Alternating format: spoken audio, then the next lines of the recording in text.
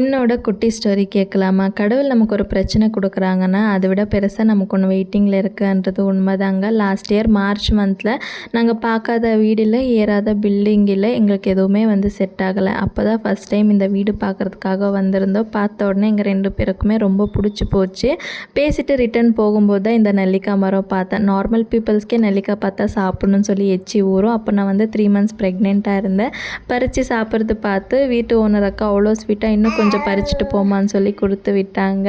இந்த வீட்டுக்கு வரும்போது நான் ஒரு மாதிரி மிக்ஸ்டு ஃபீலிங்கோட தான் வந்தேன். ஒருத்தர் ஒரு மாதிரி பேச ஆரம்பிச்சிட்டாங்க. ப்ரெக்னென்சி டைமில் வீடு ஷிஃப்ட் பண்ணக்கூடாது அப்படி இப்படின்னு சொல்லிட்டு நாங்கள் எங்களுக்கு எது நல்லதுன்னு தோணுச்சோ அதை கடவுள் மேலே பாரத்தை போட்டு நாங்கள் வீடு ஷிஃப்ட் பண்ணிட்டோம். டைம் ஹீல்ஸ் எவ்ரி திங்னு சொல்லுவாங்கள்ல, அது உண்மை தான்.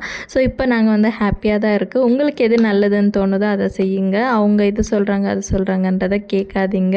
இந்த ஊறுகாயோட ரெசிபி நாளைக்கு போஸ்ட் பண்ணுறேன், செக் பண்ணி பாருங்கள்.